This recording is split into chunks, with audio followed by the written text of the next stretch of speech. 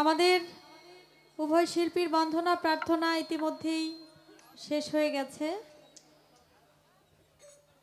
আজকের কর্তাপক্ষ থেকে পালা দিয়েছেন হাসর এবং কিয়ামত। বাংলাদেশের সুনামধন্য গায়ক আমির দেওয়ান তিনি আজকে কিয়ামতের পালা নিয়ে আমাদেরকে গান শোনাবেন, কিছু গুরুত্বপূর্ণ আলাপ আলোচনা করবেন। বাংলাদেশের মধ্যে অত্যন্ত ক্ষুদ্রতম গায়িকা আমি মুক্তা সরকার আমাকে দিয়েছেন হাসরের পালা নিয়ে গান করার জন্য। পালা করতে গিয়ে যদি কোনো ভুল ত্রুটি হয়ে যায়, কথায় ভাষায় আল্লাহর হস্তে ক্ষমা করবেন সবাই। পালা তো আগে একটা শুরু হয়ে গেছে,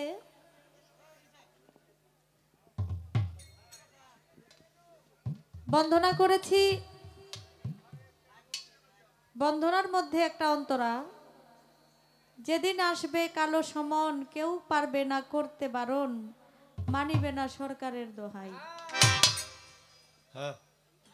সেই কথাকে লক্ষ্য করে আমির দেওয়ান আমাকে একটা প্রশ্ন করেছে। এই পৃথিবীতে এমন একজন ব্যক্তি আছে, তার গুরু তারে দোয়া করছে, সে কিয়ামতের আগ পর্যন্ত জিন্দা আছে, কিন্তু তারে আজরাইল এখনো পর্যন্ত দেখে নাই, আর কিয়ামতের আগ পর্যন্ত দেখবেও না। কারণ কি? একটা মানুষ মরে কয়বার ভাই? মরে কয়বার? একবার না? ওই লোক তো মৃত, এরা তো একবার জান কবজ করছেই। আজরাইল একজন মানুষের কাছে একবারই আসে, কখনো দুইবার আসে না। তার নাম হলো শেখ জামালিল্লাহ। সে হলো বড় পীরের ভক্ত। ঘটনাটা একটু না বললে বুঝবেন না, একটু দয়া করে একটু, আপনারা অনেকেই জানেন, তারপরে অল্প করে বলি। বড় পীর আব্দুল কাদের জিলানী রহমতুল্লাহ আলাইহে যখন তিনি শিশু অবস্থায়, তার মা এবং বাবা তাকে মক্তবে পড়ার জন্য, মাদ্রাসায় পড়ার জন্য যখন পাঠাইলেন, তখন মাদ্রাসায় গিয়ে যখন বসলেন, মাদ্রাসার হুজুর তার কাছে এসে বলে, বাবা আমি যা বলবো তুমি তা আমার সাথে সাথে বলবা এবং পড়বা। বড় পীর আব্দুল কাদের জিলানী মাস্টারকে বলে, হুজুরকে বলে যে হুজুর, আমি কোরআন শরীফের 18 পারা পর্যন্ত মুখস্থ আমার জানা আছে, আমি মুখস্থ পড়তে পারি, তারপরে যদি কিছু থাকে আপনি আমাকে শিখান। তখন জীবনী প্রমাণ করে বড় পীর আব্দুল কাদের জিলানীর বয়স 6 থেকে 7 বছর। হুজুর বলে, এইটুকু একটা বাচ্চা, তার 18 পারা কোরআন মুখস্থ, আমি যে মাস্টারি করি, আমি যে মক্তবের একজন হুজুর, আমার নিজেরই তো 18 পারা মুখস্থ নাই। তাহলে নিশ্চয়ই তার বাবা মা অসাধারণ, তার বাবা মা কামেল কোনো কিছু হবে। আমি তার বাবা মাকে একটু দেখতে চাই, কেমন মায়ের সন্তান সে, কেমন বাবার সন্তান, আমি তার বাবা মাকে দেখতে চাই। বড় পীর আব্দুল কাদের জিলানীকে বলে, বাবা তোমার বাড়িতে আমার একটু নিয়ে যাবা? বলে চলেন। মাস্টারের এক হাতে হলো বড় পীর আব্দুল কাদের জিলানী, আর আরেক হাতে হলো মাস্টারের হাতে একটা লাঠি। বাড়ির দিকে যখন যায়, তখন বড় পীর আব্দুল কাদের জিলানীর মা দূর থেকে দেখে যে মাস্টার আসতেছে, এক হাতে হলো বড় পীর আব্দুল কাদের জিলানী, আর এক হাতে হলো একটা লাঠি। মায় মনে করছে যে নিশ্চয়ই আমার সন্তান আজকে মক্তবে গিয়া হুজুরের সাথে কোনো বেয়াদবি করছে, এর জন্য আমার নালিশ দেওয়ার জন্য আসতেছে। তো হুজুর নালিশ দেওয়ার আগে আমি আমার সন্তানের বিচারটা নিজেই করে নেই।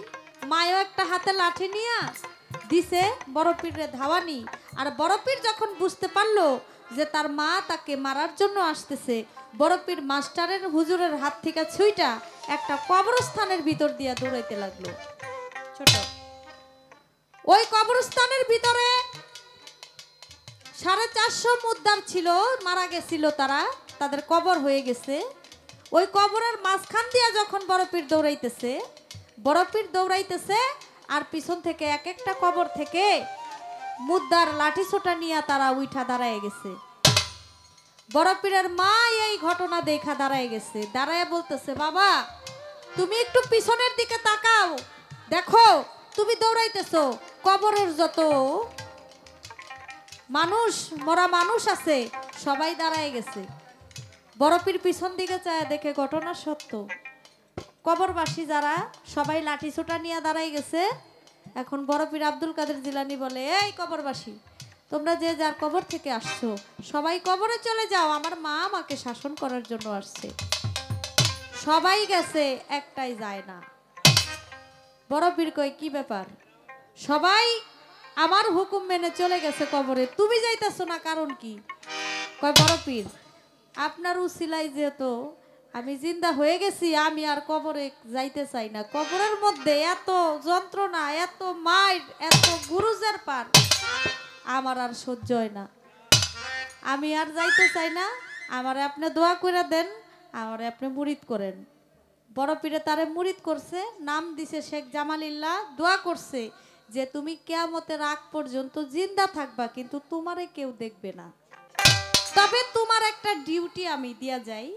বড় পীর একটা কাগজের মধ্যে লিখে সালামটা দিয়ে গেছে ওই জামালিল্লার কাছে। বলছে, তুমি যখন কিয়ামতের আগে চতুর্থ আসমান থেকে ঈসা নবী নামবে, ঈসা নবীকে আমার এই সালামেরটা পৌঁছায় দিয়া তুমি ধ্বংস হয়ে যাবে। এই ছিল কথা। তারে একবার আজরাইল আইসা জান কবজ করে নিয়ে গেছে, আর তো এক মানুষের কাছে দুইবার আসে না। এর জন্য তার ডিউটি যখন শেষ হবে, সে আবার যেখান থেকে আসছে সেখানে আবার চলে যাবে। যাক, প্রশ্নের জবাব দিলাম। এবার হাসর কিয়ামতের পালা, পালার থেকে একটা গান গাই, তারপর একটা প্রশ্ন রাখার চেষ্টা করব।